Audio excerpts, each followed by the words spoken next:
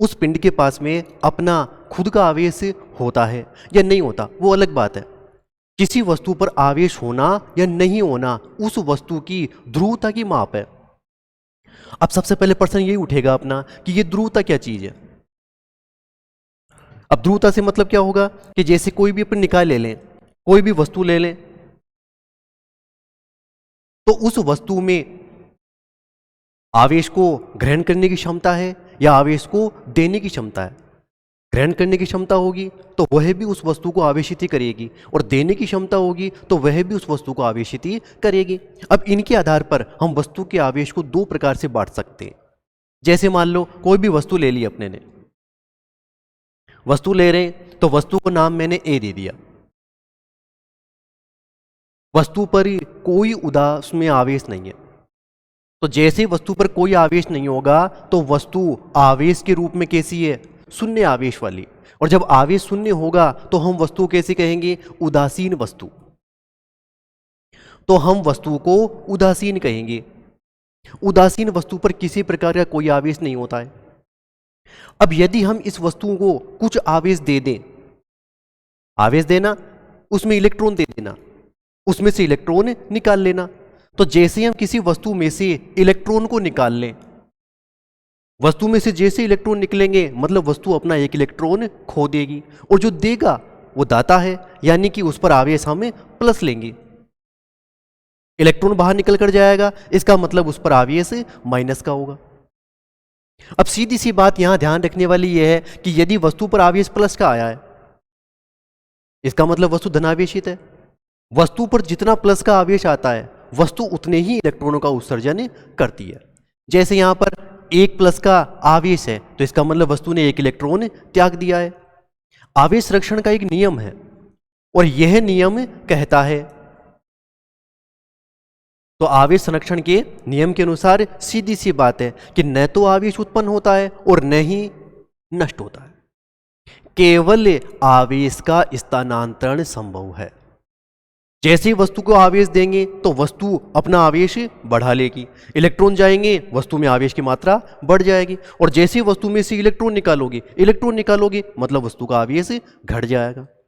अब यदि वस्तु प्लस की आवेशित हो रही है तो इसका मतलब वस्तु ने अपना इलेक्ट्रॉन त्याग दिया है। अब जैसे वस्तु इलेक्ट्रॉन त्यागेगी तो उस पर आवेश धनावेश हो जाएगा। और यदि वस्तु ने बाहर से इलेक्ट्रॉन ले लिए हैं, वस्तु ने बाहर से इलेक्ट्रॉन ले लिए हैं तो उस पर आवेश माइनस का आ जाएगा।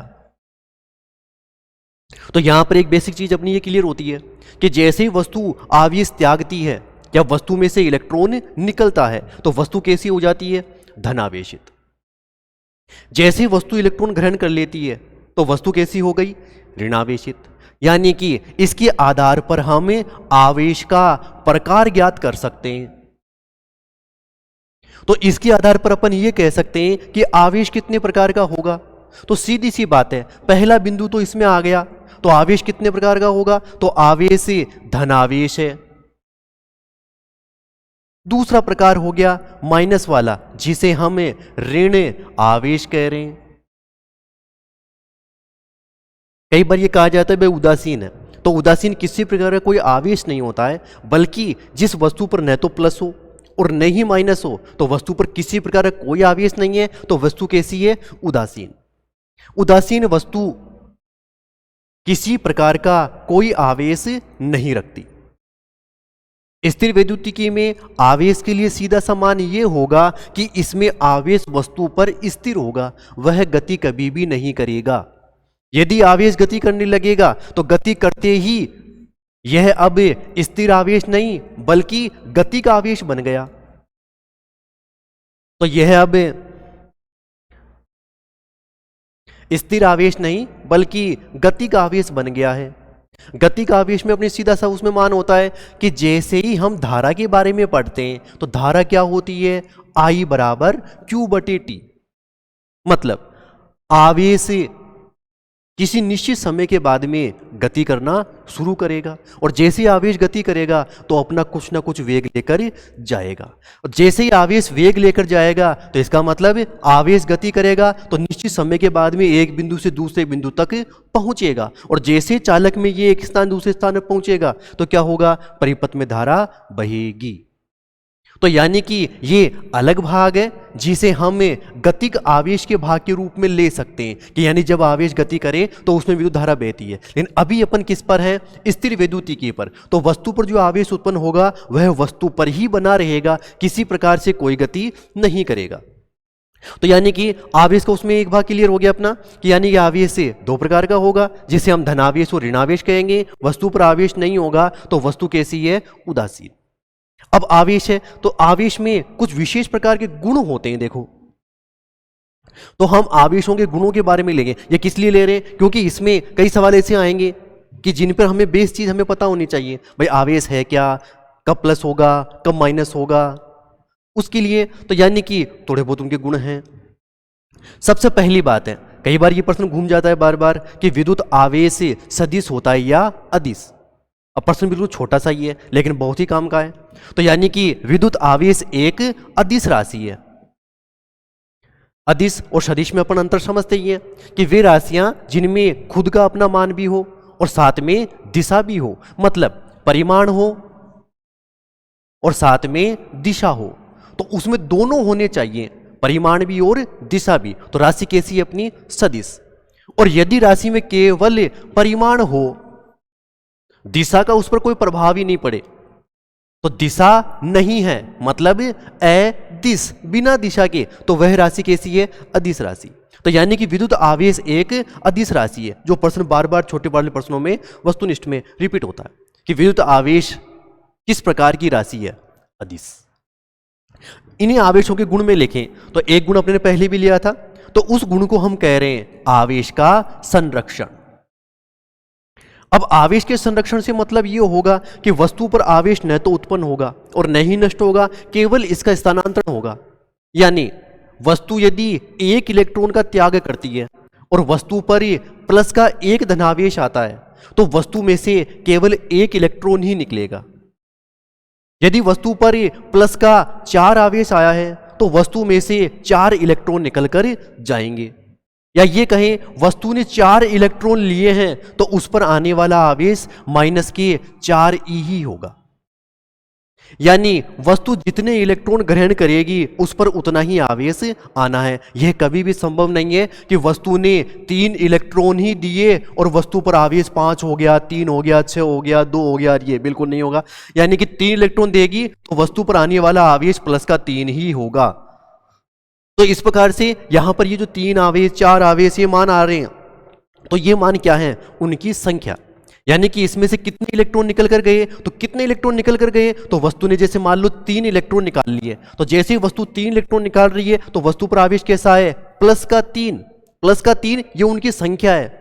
यानी उसने 3 इलेक्ट्रॉन दिए हैं तो वस्तु का आवेश कितना हुआ, तो वस्तु का आवेश यहां पर अपने पास में मान है जिसे हम वस्तु के आवेश के लिए देते हैं, और वस्तु पर आने वाला आवेश Q बराबर NE होता है। तो किसी भी वस्तु पर कितना आवेश होगा उसे हम Q बराबर NE से ज्ञात करते हैं। जहां n क्या होगी, तो n अपने पास में संख्या है, जैसे नंबर्स कह रहे हैं, तो इसका मान है n, 1 2 3 4 5 आगे तक संख्या चलती जाएगी। तो यानी कि इसका मान एक निश्चित संख्या के बराबर होगा, इसका मान माइनस में नहीं होता, क्योंकि वस्तु जैसे इलेक्ट्रॉन देगी तो संख्या स्टार्ट होगी 1 से 2 से 3 से 20 से 40 से ये, और लेगी तो भी मान 1 से स्टार्ट होगा, वह 4 लिए, 5 लिए, 3 लिए, तो यानी इसका मान ऋणात्मक नहीं होता। यानी कि यह संख्या हमेशा किस में रहेगी, प्लस में। 1 से लेकर इसका मान आगे तक कितना भी हो सकता है, तो जितना इलेक्ट्रॉन देगी, जितने इलेक्ट्रॉन लेगी, उसी प्रकार से उसका मान हम रखेंगे। अब यहां बचा कौन है, E। तो E यहां पर एक आवेश है जिसे हमें प्रोटॉन या इलेक्ट्रॉन के आवेश के बराबर मानते हैं। यहां ये जो संबंध बनता है यह अपना आवेश का क्वांटीकरण कहला रहा है।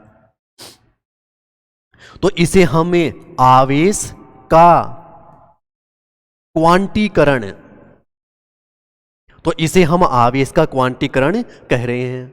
अब क्वांटीकरण से मतलब क्या होगा? सीधी सी बात है, क्वांटीकृत या क्वांटा करना। तो यानी कि हमें वस्तु पर जितना भी आवेश होना बेस इतना आवेश है, तो हम उस आवेश को किस राशि में बांटें, छोटे से छोटा मान कितना लें।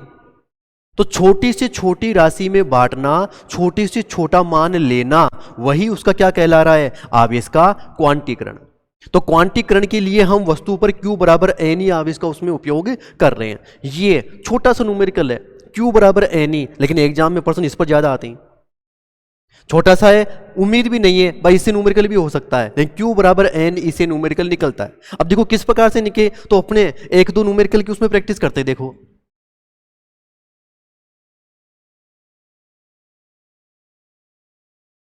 कि जैसे अब ये कह रहा है पर्सन कि किसी वस्तु ने 2 इलेक्ट्रॉनों का उत्सर्जन कर दिया, तो बताओ, वस्तु ने 2 इलेक्ट्रॉनों का उत्सर्जन कर दिया, तो बताओ वस्तु पर आवेश की मात्रा कितनी होगी।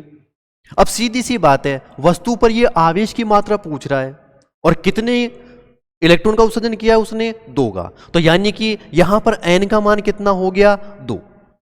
अब उसमें से इलेक्ट्रॉन निकलेंगे तो भी हमें 2 ही लेना है, और लेगी तो भी हमें 2 ही लेना है। लेकिन अब यहां ध्यान देने वाली बात है, जो इलेक्ट्रॉन होता है, तो जब हम E के मान को लेते हैं तो इलेक्ट्रॉन के आवेश को हम 1.6 10 की घात माइनस के 19 कूलाम लेंगे। और यदि हम यहां पर E प्रोटॉन लेंगे तो प्रोटॉन के मान को भी हम 1.6 10 की घात माइनस 19 कूलाम ही लेंगे। तो यानी कि इलेक्ट्रॉन और प्रोटॉन दोनों पर उत्पन्न होने वाला आवेश एक समान होता है। तो फिर दोनों में अंतर क्या? तो दोनों में अंतर इनकी प्रकृति के आधार पर है, यानी कि इलेक्ट्रॉन माइनस का कण है तो इसीलिए हम E का मान कैसा ले रहे हैं? माइनस का। प्रोटॉन यहां पर धनावेशित कण होता है तो प्रोटॉन को हम कैसा लेते हैं? प्लस का। जो आपने शुरू में पढ़ा था कि आवेश 2 प्रकार का है, धनावेशित और ऋणावेशित। अब तीसरा प्रकार आवेश का होगा नहीं, तो यानी कि हम E के 2 मान ले सकते हैं, एक तो प्लस में और एक माइनस में। माइनस में यदि वस्तु में इलेक्ट्रॉन की मात्रा ज्यादा हो या इलेक्ट्रॉन बढ़ रहे हो तो हम उसे ऋणात्मक लेंगे, और यदि उसमें प्लस वाले कण ज्यादा हो, प्रोटॉन ज्यादा हो, तो हम उसे प्लस में लेंगे। तो यानी कि अब हमें यह है कि इसमें से 2 इलेक्ट्रॉनों का उत्सर्जन हो रहा है, तो बताओ वस्तु पर आवेश की मात्रा कितनी है? तो वस्तु पर आवेश की मात्रा सीधा हम डायरेक्ट फॉर्मूला लगाएंगे, तो Q बराबर मान कितना है? NE। तो Q बराबर n का मान 2 और E का मान फिक्स मान है 1.6 10 की घात माइनस के 19।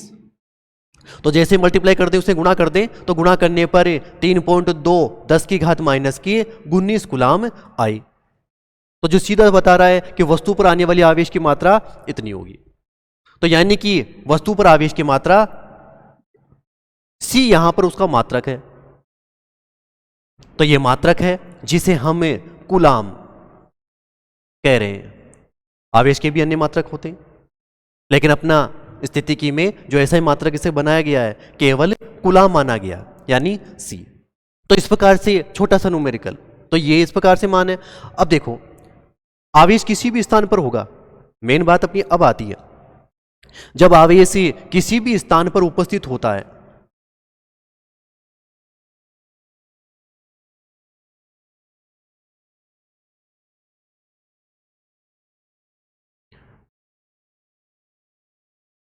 आवेश जब किसी भी स्थान पर उपस्थित होता है, कि जैसे मान लो ये प्लस का आवेश है, तो जैसे ही आवेश यहां उपस्थित होगा तो ये क्या करेगा?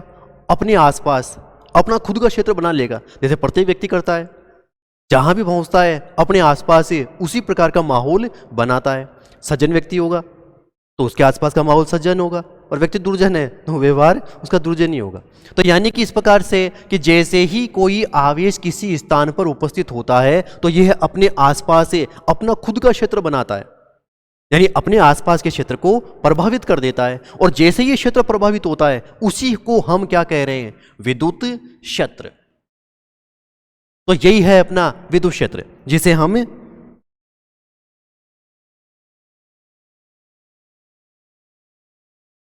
विद्युत क्षेत्र यानी इलेक्ट्रिक फील्ड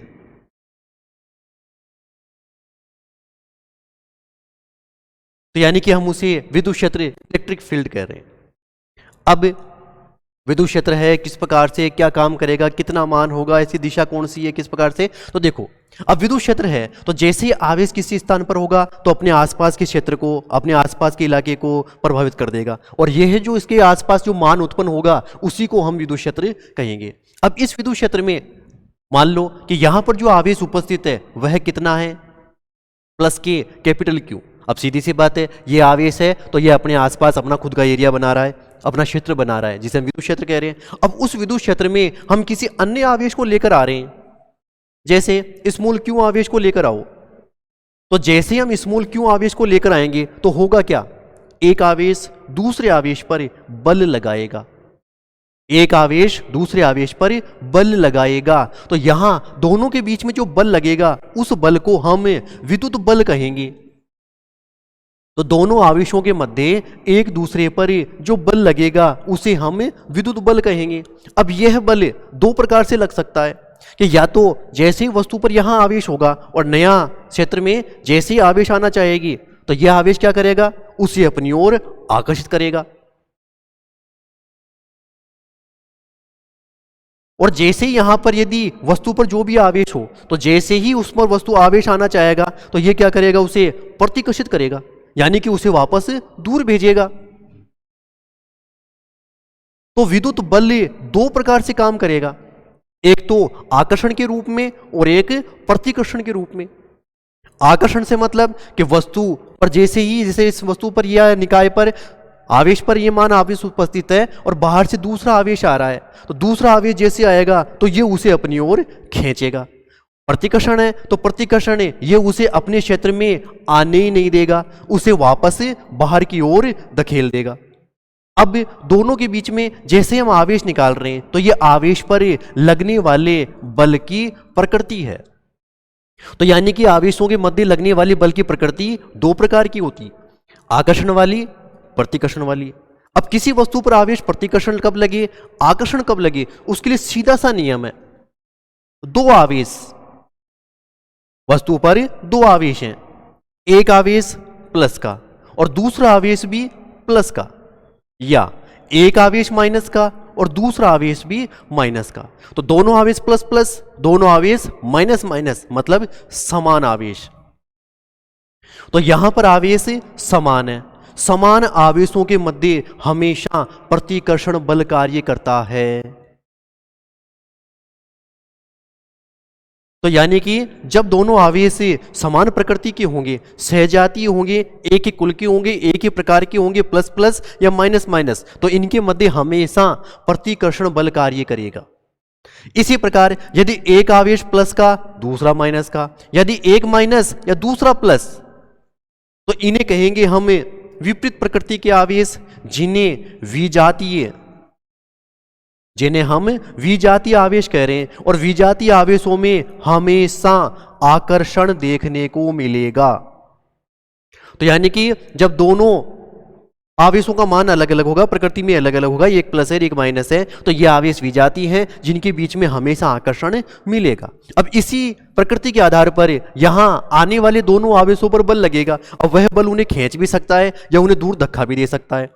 यदि यहां पर आने वाला आवेश कैसा है, प्लस का, और यहां पर पहले से उपस्थित है प्लस, तो ये प्लस प्लस से दोनों एक दूसरे को क्या करेगा, प्रतिकर्षित करेगा, मतलब ये उसे उसकी सीमा में आने नहीं देगा, उसकी सीमा में आने नहीं देगा। तो हम क्या करेंगे, उसे बाहर से कार्य करवाएंगे, भाई चल, तो उसे बाहर से कार्य करवाएंगे, तो कार्य करवाएंगे वो उसमें ऊर्जा के रूप में संचित हो जाता है, वो अलग कहानी है। तो यानी कि अपन ये मान रहे हैं कि जैसे ये आवेश उसमें आना चाहेगा तो ये उसे आने नहीं देगा और उस पर कुछ बल लगाएगा।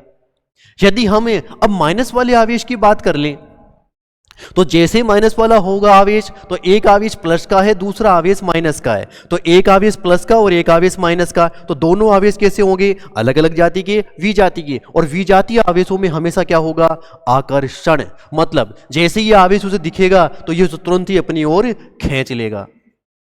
जैसे खींचेगा तो इसका मतलब दोनों आवेशों के बीच में लगने वाले बल की प्रकृति हो गई। तो बल की प्रकृति दो प्रकार की होगी, एक तो आकर्षण वाली और एक प्रतिकर्षण वाली। प्रतिकर्षण में कण वापस से या उसमें जो भी वस्तु आवेशित है उसे दूर धकेला जाएगा, जबकि आकर्षण वाले में बाहर वाली सीमा में और उसे वापस अपनी ओर खींच लिया जाएगा। तो इस प्रकार से अपने पास में दो बल की प्रकृति, आकर्षण वाली और प्रतिकर्षण वाली। तो ये कई बार छोटा सा उसमें मान होता है कि लगने वाले बल की प्रकृति क्या होगी। तो बल का मान तो ज्ञात करना ही करना है, उसके अलावा हमें उसकी प्रकृति भी बतानी है। तो प्रकृति दो प्रकार से हो गई, आकर्षण की या फिर प्रतिकर्षण की। अब बल की प्रकृति तो हो गई, फिर बल का मान कितना हुआ।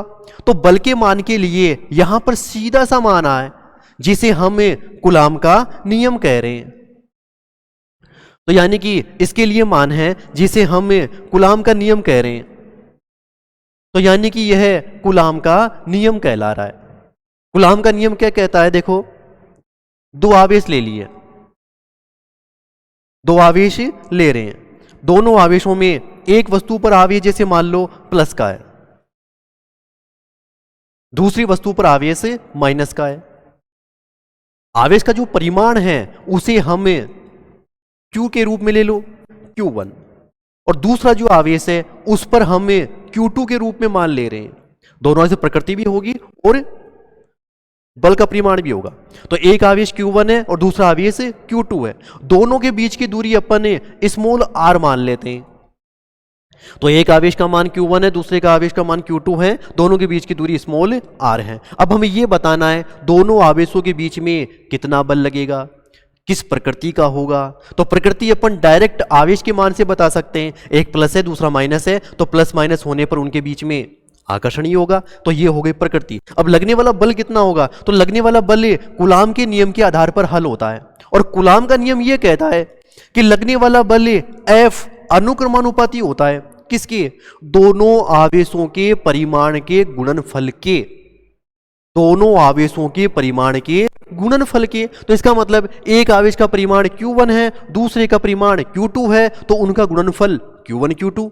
तो यानी कि लगने वाला बल दोनों आवेशों के परिमाण के गुणनफल के अनुक्रमानुपाती है। तो सीधी सी बात है, अपन जानते भी हैं कि दो आवेश है, भारी भारी है, बड़े बड़े आवेश हैं। तो जितना आवेश बड़ा होगा तो ये क्या करेगा, अपने आसपास उतना ही क्षेत्र बनाएगा, और जैसे अपना क्षेत्र बनाएगा तो अन्य आवेशों को अपनी ओर आकर्षित अधिक करेगा। मतलब आवेशों का मान बढ़ने पर, उनका आकार बढ़ने पर लगने वाले बल का मान भी बढ़ेगा।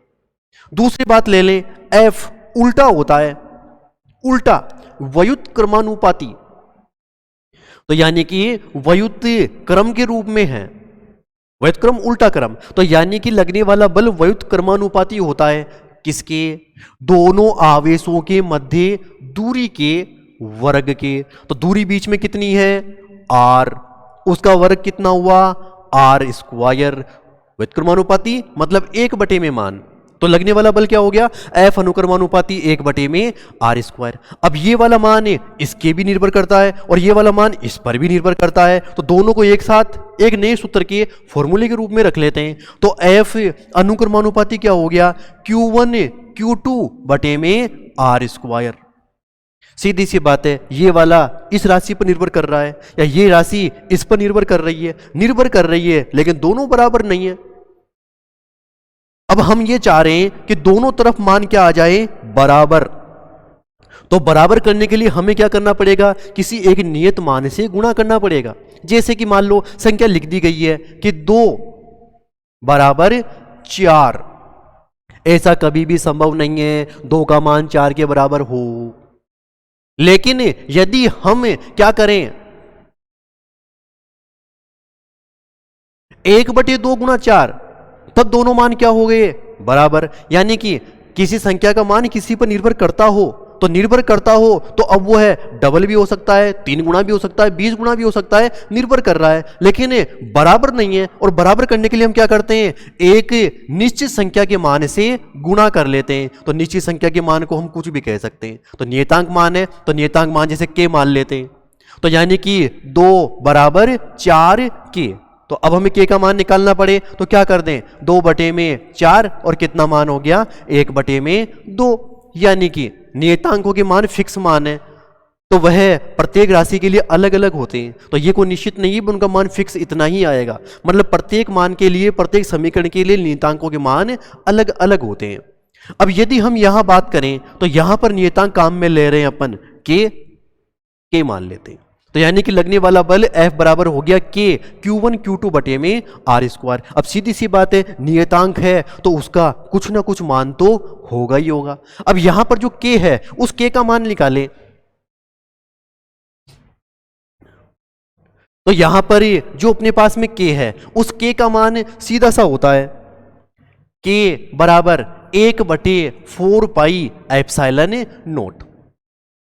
4 संख्या है, पाई का मान 22/7, एप्सिलॉन नोट यहां पर निर्वात की विद्युतशीलता। अब विद्युतशीलता से मतलब तो निर्वात की विद्युतशीलता। अब विद्युतशीलता किसे कहेंगे? तो विद्युतशीलता से देखो सीधा सा मतलब है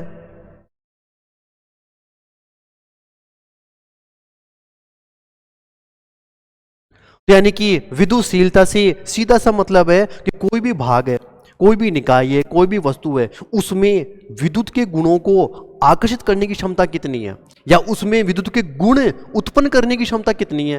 तो वस्तु में जितने ज्यादा गुण उत्पन्न करने की क्षमता होगी, जितने विद्युत के आवेश उत्पन्न कर सकेगी, तो उसकी विद्युतशीलता का मान उतना ही होगा। मतलब विद्युतशीलता किसी वस्तु में विद्युत आवेश को ग्रहण करने की क्षमता से मतलब तो सहायता होगी, लेकिन विद्युत है कि उसमें कितने गुण हैं जो आवेश के मान को सहन कर सकते हैं, मतलब उसमें कितनी संभावना। जैसे निर्वात ले लिया तो निर्वात का मतलब जहां पर कुछ भी नहीं है, किसी प्रकार का कोई धूल का कण, कोई कुछ भी नहीं है, तो उस ऐसे माध्यम में, ऐसे निकाय में करंट आने की संभावना कितनी है, उसमें धारा प्रवाहित होने का गुण कितना गुना हो सकता है। तो ये क्या कहला रही है? उसकी विद्युतशीलता। इसका मान सीधा सा होता है 8.854 10 की घात -12। तो यानी कि 8.85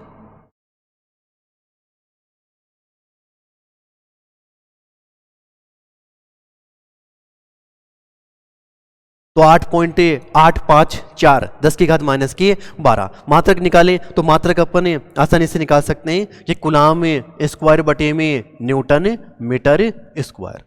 तो इस प्रकार से ये अपने पास में मान हो गया। तो अपनी मेन चीज ये थी कि जैसे ही हम एप्सिलॉन नोट का मान यहाँ रखेंगे तो K बराबर है 1/4 पाई का मान 22/7 एप्सिलॉन नोट का मान ये रख के हल कर दिया, और जैसे गुणा भाग करके हल कर देंगे तो K का मान अपने पास से प्राप्त हो जाएगा कितना? 9 × 10 की घात 9। मतलब फिक्स मान है, डायरेक्ट आंसर के लिए गुणा भाग हमें बाद में नहीं करना पड़ेगा। तो यहां पर जो नियतांक मान है उसका मान 9 × 10 की घात 9 है। अब जैसे ही सीधा सा मान हो गया तो नियतांक तो F बराबर K का मान अपने पास में 9 × 10 की घात 9, Q1 Q2 का मान दे रखा हो तो फॉर्मूले में रखा, बटे में बीच की दूरी इतनी है, रख के हल कर देंगे तो लगने वाला बल आ जाएगा। और बल का मात्रक क्या है अपने पास में? न्यूटन। K का मान रखते हुए सूत्र अपन ने दोबारा बना ले, तो जैसे हम K का मान रखते हुए सूत्र बनाएंगे तो ये लगने वाला बल F बराबर क्या हो गया? 1/4 pi epsilon note Q1 Q2 बटे में R स्क्वायर। ये इसलिए बनाए, इसकी आवश्यकता पड़ेगी भी अपने को। तो यानी कि F बराबर 1/4 pi epsilon note Q1 Q2 बटे में R स्क्वायर। तो ये हो गया दो आवेशों के बीच में लगने वाला बल। तो ये हमें केवल आवेश का परिमाण बताएगा, प्रकृति क्या होगी। तो प्रकृति के लिए अपन ये देखेंगे कि दोनों पर आने वाला आवेश किस प्रकार का है। जैसे इस पर आवेश प्लस का माना था, इस पर आवेश माइनस का माना था, सीधी सी बात है दोनों आवेश विपरीत प्रकृति के, तो दोनों के बीच में क्या होगा? आकर्षण। दोनों के बीच में आकर्षण है। तो अब देखो विद्युत क्षेत्र ज्ञात करें।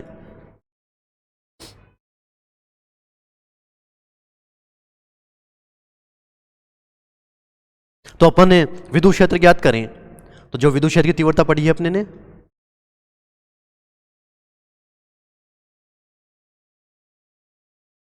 तो विद्युत क्षेत्र कह रहे हैं। तो देखो कोई भी निकाय किसी भी स्थान पर उपस्थित होता है, आवेश उपस्थित होता है, तो यह आवेश क्या करता है? अपने आसपास के क्षेत्र को प्रभावित कर लेता है, जिसे हम विद्युत क्षेत्र कहते हैं। तो उस विद्युत क्षेत्र की तीव्रता कितनी होगी, वह कितना शक्तिशाली होगा? तो इसके लिए सीधा सा मान है विद्युत क्षेत्र का मान E बराबर F बटे Q होता है। दोनों आवेशों के बीच में कितना बल लगा है और जो आने वाला आवेश है वह कितना शक्तिशाली है, कितने मान का है। तो यहाँ पर E बराबर, यदि हम चाहें तो इसे अलग से लिख लें, 1 बटे Q और गुणा में F।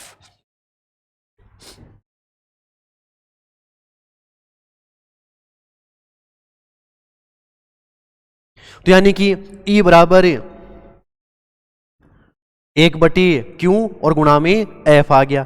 तो E बराबर 1 बटे Q और F, दोनों आवेशों के बीच में लगने वाला बल। तो अभी अपने ने कूलाम के नियम में पढ़ा था, आवेशों के बीच में लगने वाला बल इस प्रकार से होता है, यानी 1 बटे 4 pi epsilon not Q1 Q2। Q1 Q2 एक आवेश का मान, तो एक आवेश का मान कितना, कैपिटल Q। दूसरे आवेश का मान कितना, स्मॉल q, बटे में बीच की दूरी। तो बीच की दूरी दोनों आवेशों के बीच की कितनी मान लें, r। तो इसका मतलब बटे में r स्क्वायर, q से q कट गया।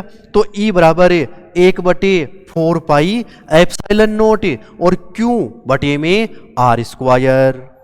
मतलब दो आवेशों के बीच में बल के आधार पर अपने ने ज्ञात कर लिया कि जैसे कहीं भी कोई निकाय में आवेश होगा तो वह अपने आसपास कितना क्षेत्र उत्पन्न करेगा। तो उत्पन्न होने वाला विद्युत क्षेत्र 1 बटे 4 पाई एप्सिलॉन नॉट q बटे में r स्क्वायर।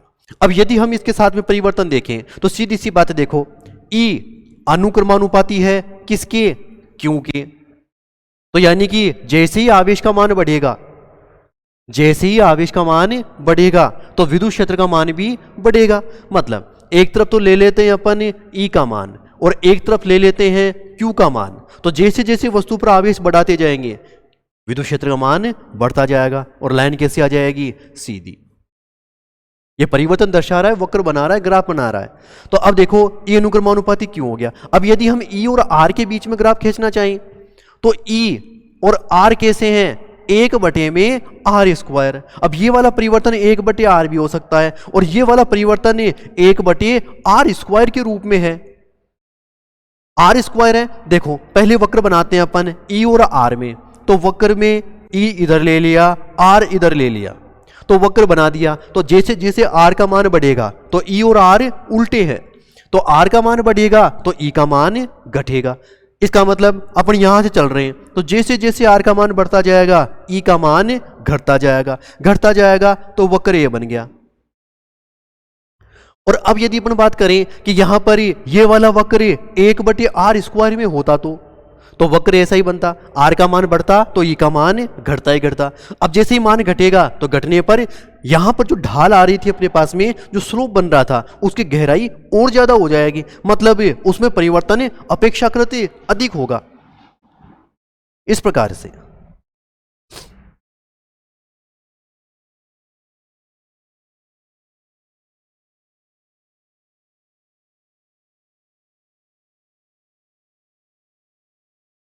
यानी जैसे जैसे यहां पर r की घातें बढ़ेगी, अब r की घात मैंने 3 कर ली, तो यहां पर जो वक्र आएगा उसकी ढाल और भी ज्यादा, अगली बार घातें और भी ज्यादा। तो जैसे जैसे यहां पर r की घातें बढ़ती जाएगी यहां पर ये वक्र और भी ज्यादा वक्रित होता जाएगा। लेकिन अपने पास में जो वक्र है वह वक्र किसमें है, केवल,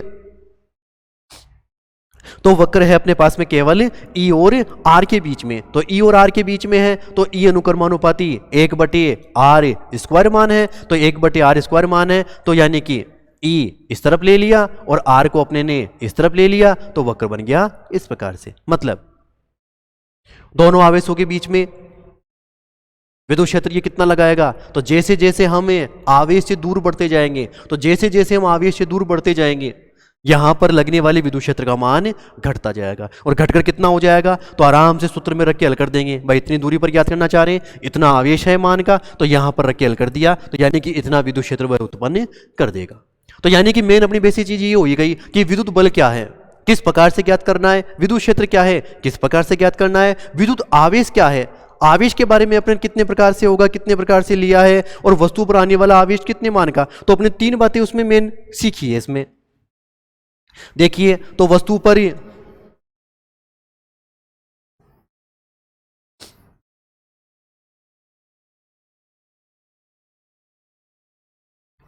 अपन इसीलिए कर रहे हैं क्योंकि ये भी जब हम प्रॉब्लम सोल्व करेंगे तो प्रॉब्लम सोल्व करने में ये बहुत ही ज्यादा रोल निभाएगा अपना। यानी कि बेसिक चीज जब तक अपनी क्लियर नहीं होगी तब तक अपन न्यूमेरिकल नहीं कर पाते। और मेन दिक्कत तो फिजिक्स में जाकर यही होती है कि बच्चों को न्यूमेरिकल नहीं आते। कारण सीधा सही है, क्योंकि उनके पास में जो बेसिक फंडा है वो उसमें सोल्व नहीं है। तो यानी कि अपन छोटे छोटे न्यूमेरिकल हैं उनको तैयार रखें, ऑटोमेटिक सारी चीज़ें सब खुद सही हो जाएगी। तो उसके लिए अपन ये बेस से पढ़ना पड़ेगा। तो यानी कि अपना उसमें आधार से बस छोटी छोटी चीज़ें अपन पढ़ेंगे, तभी जाकर हम बड़ी चीज़ें सीख पाएंगे। तो देखो इसमें अपने ने पढ़ा है कि आवेश है, तो आवेश कितने प्रकार का हो गया?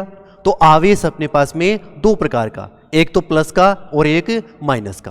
किसी वस्तु पर आने वाले आवेश की मात्रा कितनी होगी? तो आने वाली आवेश की मात्रा Q बराबर N होगी। अब उसमें से कितना माइनस उसमें निकला है या कितने इलेक्ट्रॉन आए हैं उसके आधार पर ले लेंगे। तो यानी कि यह आवेश प्लस में भी हो सकता है और माइनस में भी। अब कितने इलेक्ट्रॉन निकले या कितने इलेक्ट्रॉन आए हैं उसके आधार पर N का मान हो जाएगा। बस 4 इलेक्ट्रॉन निकले तो N का मान 4 है, निकले हैं तो इसका मतलब उसमें निकल गए इलेक्ट्रॉन, तो अब उसमें प्रोटॉन बच गए। अब प्रोटॉन बच गए तो वस्तु पर आवेश प्लस का, और यदि उसमें इलेक्ट्रॉन आ गए मतलब इलेक्ट्रॉन की संख्या बढ़ गई है, अब इलेक्ट्रॉनों की संख्या बढ़ गई है तो आवेश क्या हो गया? माइनस में। तो यानी कि Q बराबर प्लस माइनस N मान आ जाएगा। इसके बाद में अपने ने बल पढ़ लिया, तो F बराबर लगने वाला बल 1/4 pi epsilon not Q1 Q2 बटे में R² है। लगने वाला बल एक नए सूत्र के साथ में उसमें विद्युत क्षेत्र पड़ा, तो विद्युत क्षेत्र E बराबर 1/4 पाई एप्सिलॉन नॉट और Q बटे में R²। इसको सूत्र को अपने ने बनाया था E बराबर F बटे में Q की सहायता से। तो यानी कि F का मान दे रखा हो तो अपन डायरेक्ट हल भी कर सकते हैं, और यदि Q का मान दे रखा हो किसी आवेश के कारण कितना मान उत्पन्न होगा तो उसके लिए हम इसका उपयोग कर सकते हैं। अब इन्हीं के आधार पर अपन देखो सवाल कर रहे हैं, तो इनमें सवाल करें तो सबसे पहले देखो क्वेश्चन लेते हैं, तो अल्फा कण पर आवेश क्या होगा? अब पहले तो ये है कि ये अल्फा कण है क्या। तो यानी कि जैसे हम केमिस्ट्री में आवर्त सारणी पढ़ रहे हैं, तो आवर्त सारणी में जो पहला कण होता है जिसे हम 1H1 कह रहे हैं, जिसकी सहायता से हाइड्रोजन का अणु बना है, तो यानी कि जो पहला कण है ये कहलाता है अपना प्रोटॉन, या इसे प्रोटीरियम कह रहे हैं। तो यानी कि ये वाला कण प्रोटॉन है जिसमें हाइड्रोजन के 3 समस्थानिक है, 1H1 1H2 1H3, जिसमें प्रोटीरियम ड्यूटेरियम और ट्राइटेरियम। उसी प्रकार से तो पहले वाले आवेश को अपन प्रोटॉन कह रहे हैं, भाई इसका आवेश प्रोटॉन के आवेश के समान ही होता है, इसीलिए मान है। कोई भी नाभिक होता है, कोई भी परमाणु होता है, उसको हम दर्शाने के लिए इस प्रकार के चिन्हों का उपयोग करते हैं। एक्स तो क्या है? उसका नाम है, ये तत्व है। जेड उसका परमाणु क्रमांक है, परमाणु क्रमांक कितने नंबर पर आ रहा है। अब ये इसमें सीधा सा लॉजिक ये होता है कि जितने परमाणु क्रमांक में आता है उसमें प्रोटॉनों की संख्या, प्लस वाले कणों की संख्या उतनी ही होती है। कि जैसे मान लो हाइड्रोजन है 1 नंबर पे आई, अब ये पूछ ले कि हाइड्रोजन में प्रोटॉन कितने हैं, तो हाइड्रोजन में प्रोटॉनों की संख्या परमाणु क्रमांक के बराबर है, मतलब इसमें प्रोटॉन 1 ही है। ऑक्सीजन ले लिया तो ऑक्सीजन 8 पर आई है, द्रव्यमान संख्या 16 है। अब ये कह ले इसी नाभिक में या इसी परमाणु में कितने प्रोटॉन हैं, तो प्रोटॉन परमाणुओं की संख्या पर निर्भर करते हैं, तो इसका मतलब इसमें प्रोटॉन कितने हो गए? 8। अब ये पूछे कि इस ऑक्सीजन पर आने वाला आवेश कितना होगा, तो ऑक्सीजन पर आने वाला आवेश 2 प्रकार का होगा। आवर्त सारणी में अपने पढ़ रखा है कि नाभिक उसमें केमिस्ट्री में कि अंदर उसमें Ze परमाणु क्रमांक होता है जिसमें सारे सारे प्रोटॉन स्थित होते हैं, जिसे हम नाभिक कहते हैं, और उसके चारों ओर इलेक्ट्रॉन स्थायी कक्षाओं में चक्कर लगाते हैं। अब इलेक्ट्रॉन नाभिक के बाहर चक्कर लगा रहे हैं, इसका मतलब बाहर वाला आवेश कैसा है? माइनस का, और नाभिक के अंदर जो आवेश है वह कैसा है? प्लस का। प्रकृति में तत्व वही स्थायी होगा जो विद्युत आवेश से उदासीन है। प्रकृति में वही तत्व उदासीन होगा जो विद्युत आवेश से उदासीन है, मतलब उस पर आने वाला प्लस का आवेश और माइनस का आवेश बराबर होना चाहिए।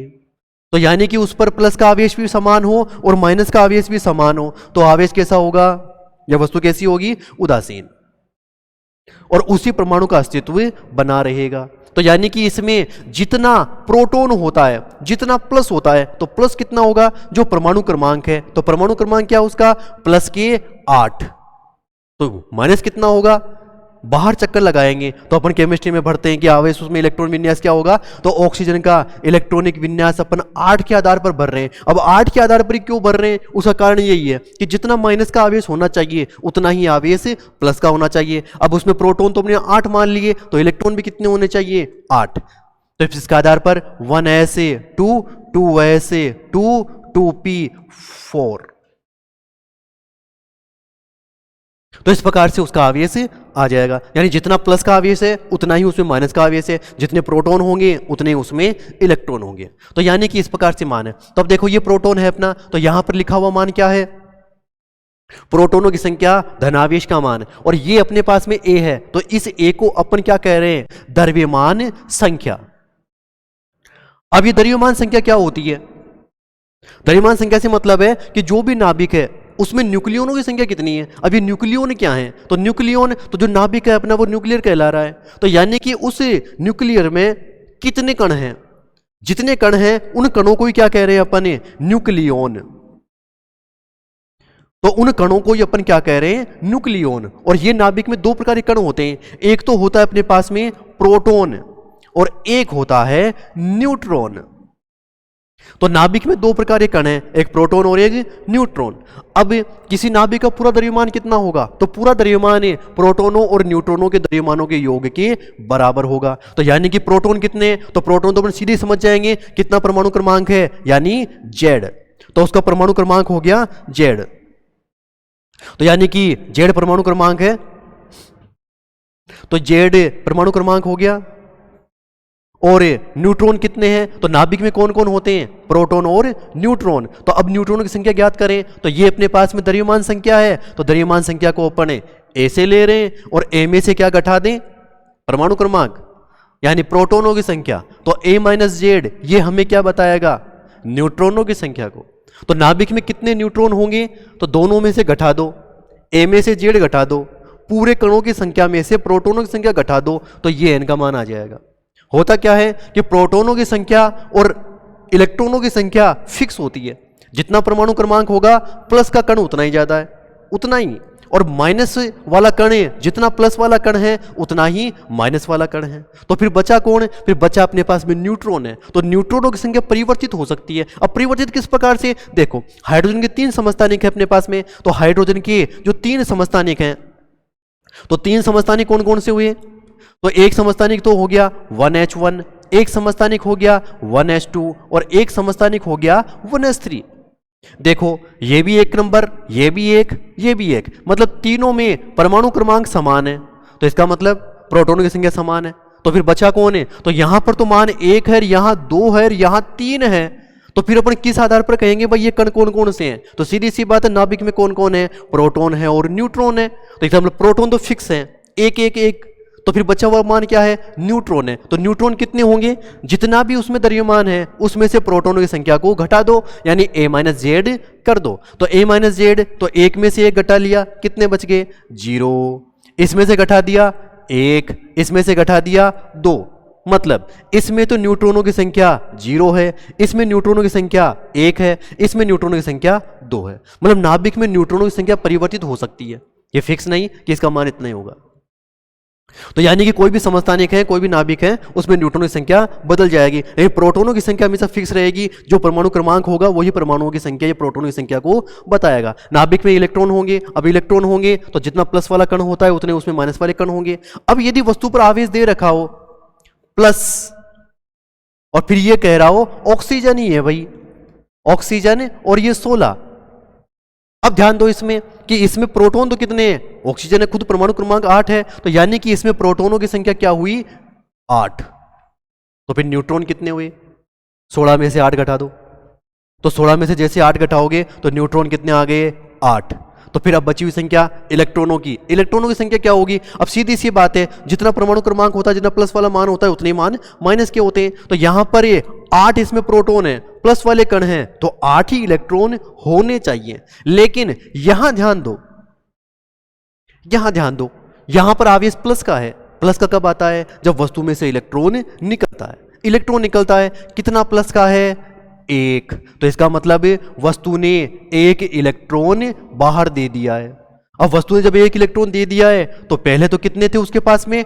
8। अब इसमें 1 इलेक्ट्रॉन निकल गया तो बचे कितने? 7। तो यानी कि उसमें इलेक्ट्रॉन की उसमें निकल गए, तो अब बच के अपने पास में इलेक्ट्रॉनों की संख्या कितनी रह गई? 7।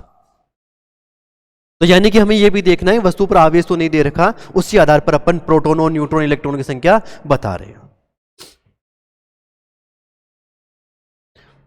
तो देखो, तो जो जो बातें अपने सीखी थी वो ये सारी ये थी। अब ये इसलिए किया है अपने ने ताकि अपन प्रश्न को सोल्व कर सके। अब जैसे अपन प्रश्न सोल्व कर रहे हैं, देखो पहली बात है इसमें, तो प्रश्न क्या कह रहा है कि अल्फा कण पर आवेश क्या है, तो अल्फा कण पर जो आवेश होगा वह कितना होगा। तो अल्फा कण पहले तो है क्या, किसे कहेंगे अपन अल्फा कण। तो अल्फा कण, तो पहला जो उसमें हाइड्रोजन का नाभिक है ये तो अपना प्रोटॉन कहला रहा है, और जो दूसरा नाभिक है हीलियम, तो हीलियम के कणों को अपन क्या कह रहे हैं, अल्फा कण। तो यानी कि 2 He और 4, तो ये कहला रहा है अल्फा कण। अब यदि ये पूछता कि अल्फा कण पर कुल आवेश कितना है, अब कुल आवेश कितना है तो अपन तो सीधे जानती हैं कि उसमें प्लस वाला जितना होता है उतना ही माइनस वाला है, तो इसका मतलब प्लस माइनस कुल मिलाकर 0, यानी कि इस नाभिक में कुल आवेश का मान 0 है। लेकिन प्रश्न ये जब ये कह रहा है कि वस्तु पर आवेश कितना है, कुल के लिए नहीं कहा उसने, वस्तु पर आवेश कितना है। यदि ऑप्शन में 0 दिया हुआ होता और फिर यहां पर देता कुल आवेश कितना है, तो कुल आवेश के लिए अपन मान 0 का उपयोग करते हैं, क्योंकि जितना प्लस है उतना ही माइनस है, और तो कुल आवेश 0 है।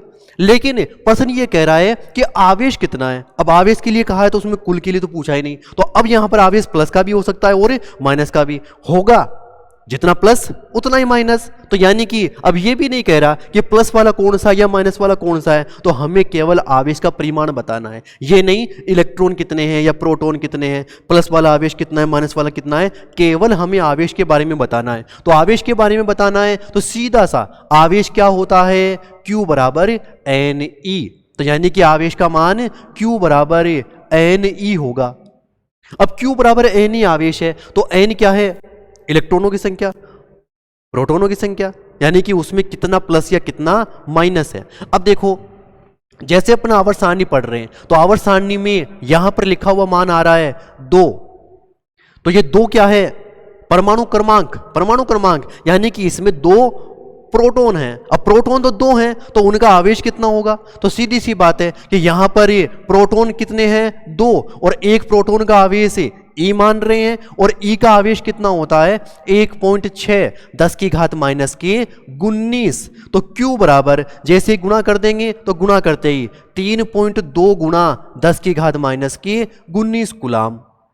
तो यानी कि जैसे हम अल्फा कण की बात करेंगे तो अल्फा कण पर आने वाला आवेश 3.2 10 की घात माइनस के 19 कूलाम होगा, यानी सी नंबर। तो यानी कि अपने पास में डायरेक्ट फॉर्मूला है, और इस पर न्यूमेरिकल एग्जाम में ज्यादा रिपीट होता है, यानी कि छोटा सा न्यूमेरिकल है, कोई अनुमान भी नहीं लगा सकता भाई इस पर भी सवाल हो सकता है, लेकिन पेपर में इस पर न्यूमेरिकल आता है। देखो चलते हैं अपन आगे। अब जैसे अपन आगे आए तो यहां पर क्या कह रहा है, हाइड्रोजन परमाणु में 8 त्रिज्या कक्षा में एक इलेक्ट्रॉन नाभिक के चारों ओर घूम रहा है, इस पर लगने उसमें कूलाम बल का मान क्या होगा, के का मान इतना है। अब देखो जैसे ही इस पर आवेश के बारे में अपन पढ़ रहे हैं, तो अपने पढ़ा लिया कि जैसे ही कोई भी परमाणु होता है तो परमाणु क्रमांक कितना है, प्लस के Ze, और उसके चारों ओर एक कण घूम रहा है। तो एक कण घूम रहा है, तो कण या इलेक्ट्रॉन घूम रहा है, तो इलेक्ट्रॉन जैसे घूमेगा तो वह इलेक्ट्रॉन कहां पर है, स्मॉल r त्रिज्या पर, तो यानी स्मॉल r त्रिज्या के पथ पर घूम रहा है। अब हमें ये निकालना है कि दोनों आवेशों के बीच में कूलाम बल कितना लगेगा, तो लगने वाला कूलाम बल क्या होगा, तो लगने वाला कूलाम बल, इसके लिए अपने नियम पढ़ा था कि लगने वाला बल F बराबर 1/4 pi epsilon not Q1 Q2 बटे में r² होता है। तो 1/4 pi epsilon not Q1 Q2 बटे में r² होगा। तो अब सीधा समान रखो, तो F बराबर 1/4 पाई एप्सिलॉन नॉट, जिसका मान अभी अपने ने ज्ञात किया था, तो इसका मान डायरेक्ट उसमें पुट कर देते हैं। तो ये F बराबर 9 गुणा 10 की घात 9, Q1 पहला आवेश, तो पहला आवेश कितना है, Ze, तो यहां पर लिख लिया आपने ने Ze। दूसरा आवेश Q2, और दूसरा आवेश क्या है, इलेक्ट्रॉन का, तो इलेक्ट्रॉन का आवेश E। ध्यान दो इस पर तो आवेश कैसा है, प्लस का, तो इसके साथ में अपने ने काम में लिया है प्लस को। इलेक्ट्रॉन पर आवेश कैसा होता है, माइनस का, तो इसको काम में लिया है अपने ने माइनस। हो गया Q1 Q2 का मान बटे में r², बीच की दूरी, तो अपने बीच की दूरी कितनी मानी है, स्मॉल r, क्योंकि पर्सन ने कहा था r त्रिज्या के पथ पर चक्कर लगाना है, तो इसका मतलब यहां पर मान हो गया r, और r का क्या होना है, स्क्वायर। तो F बराबर देखो Z 9 गुणा 9, या इसका मान अपने पास में जैसे वो आंसर में देखें तो आंसर में कितना दे रखा है k, तो इसका मतलब वैल्यू k रख दें इसकी, तो यानी कि ये k के बराबर है, तो ये मान हो गया अपना k। देखो ये प्लस था और ये माइनस, तो गुणा होके ही सामने क्या आ गया माइनस। z परमाणु क्रमांक, परमाणु क्रमांक तो किसके लिए दे रहा है वो, हाइड्रोजन के लिए। अब हाइड्रोजन के लिए दे रहा है तो हाइड्रोजन कितने नंबर पे आई, 1 नंबर पर, इसका मतलब z का मान 1, तो z का मान 1 हो गया। e और e स्क्वायर बटे में r स्क्वायर, तो बचा क्या, f बराबर माइनस के k e स्क्वायर बटे में r स्क्वायर। देखो ऑप्शन में कहीं दिख रहा हो, तो यानी कि e r ये है, लेकिन पीछे देखो ये मान आ रहे हैं, तो इसका मतलब इस मान को ये किस रूप में दे रहा है, सदिश के रूप में, तो हमें ये सारे उत्तर सदिश में चाहिए। अब सदिश में निकाले, सदिश में सीधा सा मान है।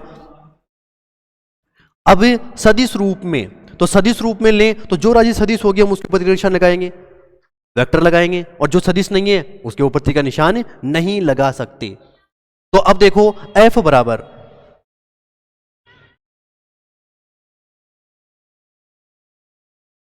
तो यानी कि मान रखें तो देखो f बराबर, तो f बराबर वेक्टर लगा रहे हैं तो इधर तीर का निशान हो गया, मान है अपने पास में k e स्क्वायर बटे में r स्क्वायर। अब इधर वाली राशि सदिश है तो इधर वाली राशि भी सदिश ही होनी चाहिए, तो ये सदिश है तो इधर भी सदिश ही होगी। सदिश के लिए इसके ऊपर तो वेक्टर उसमें तीर का निशान लगा लिया आपने ने, लेकिन k नियतांक है, नियतांक सदिश नहीं होता। आवेश का मान सदिश नहीं होगा, 1.6 के मान से 19 है। r विस्थापन दूरी सदिश हो सकती है, लेकिन देखो यहां पर जैसे कोई भी सदिश होता है अपने पास में, तो r वेक्टर बराबर क्या है, x i केप प्लस के y j केप प्लस के z k केप।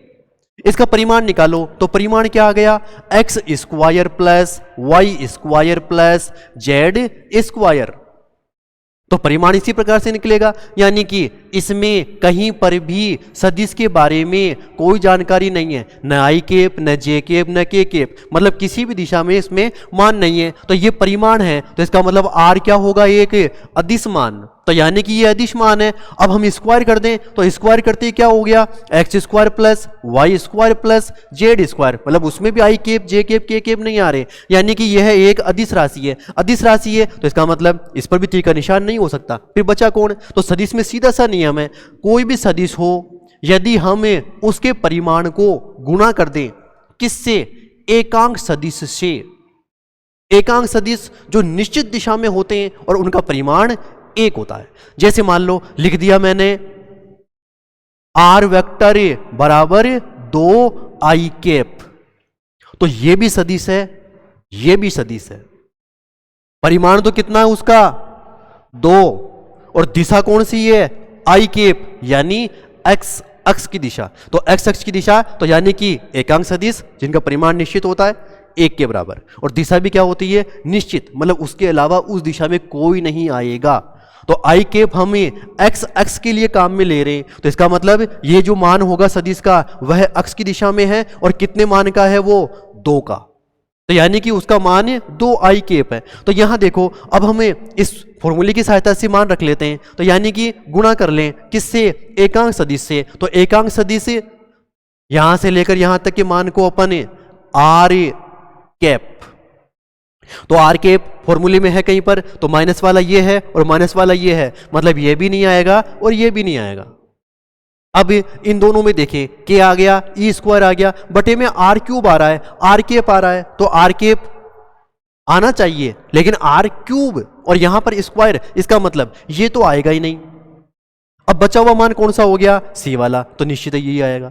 लेकिन अब कोई ये कहीं पर किस प्रकार से आया, तो देखो एकांक सदिश, यहीं से परिभाषा निकालो, तो एन केप बराबर क्या होगा, ए वेक्टर बटे में ए, यानी सदिश में हमें क्या करना है, उसके परिमाण का भाग लगाना है।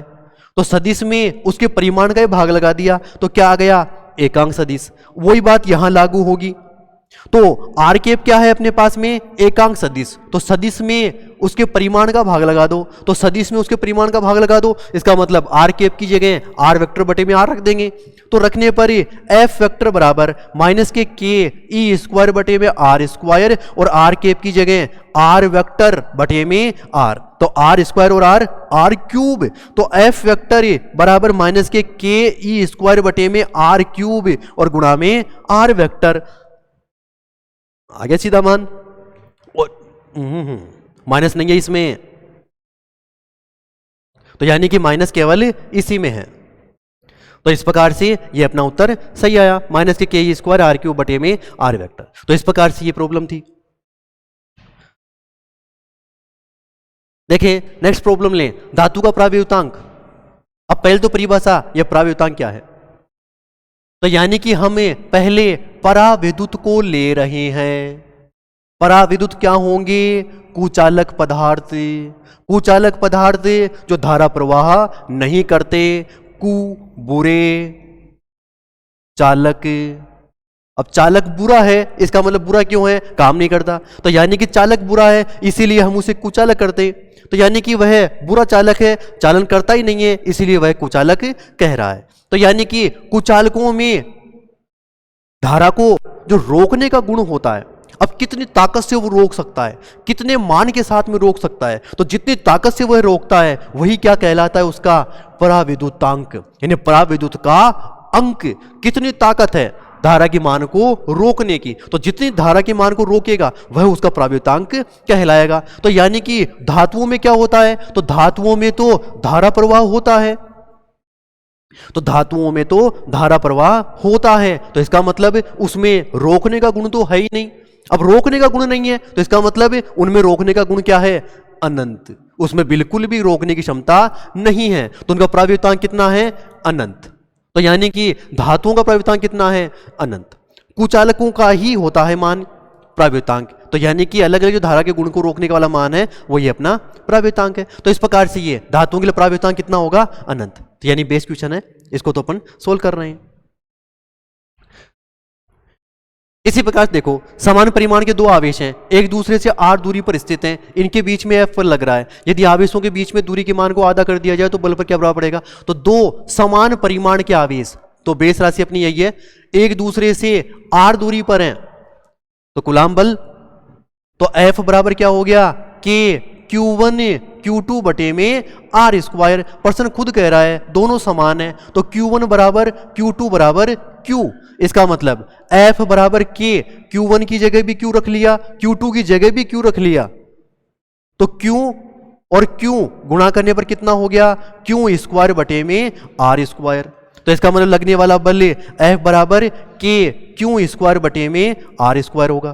तो ये तो हो गई इसकी पहली स्थिति। सेकंड स्थिति की बात करें, यदि आवेशों के मान को आधा कर दिया जाए, तो आवेशों के मान को आधा करना है, मतलब पहले जितना था उसका आधा कर देंगे। तो पहले भी दोनों मान बराबर थे, तो अब भी बराबर ही होंगे, लेकिन पहले की तुलना में आधे हो गए। इसका मतलब Q1 बराबर Q2 बराबर Q बटे में 2, तो पहले वाले मान का आधा। इनके बीच की दूरी को दोगुनी कर दी गया, तो यानी कि बीच की दूरी को भी हम प्रभावित कर रहे हैं और उसके मान को भी कितना कर रहे हैं? 2 गुना। तो सीधी सी बात है, पहले कितना माना था अपने ने? R, तो अब कितना मान लेते हैं? R डेस। तो R डेस कितना हो गया? पहले वाले मान का 2 गुना, यानी 2R। सीधा सा मान रखें, तो पहले बल अपने ने F माना है, तो अब की बार अपन F डेस मान लेते हैं। सूत्र होगा वही K Q1 Q2, तो Q1 Q2 बटे में R डेस स्क्वायर। तो F डेस बराबर K, Q1 का मान कितना? Q बटे में 2, Q2 का मान कितना? Q बटे में 2 बटे में R डेस का मान कितना है? 2R, और 2R का क्या होना है? स्क्वायर। सबको हल कर दो, तो F डेस बराबर K Q स्क्वायर बटे में 2 गुना 2 4, इसका स्क्वायर किया तो 4R स्क्वायर। तो F डेस बराबर K Q स्क्वायर बटे में 16R स्क्वायर।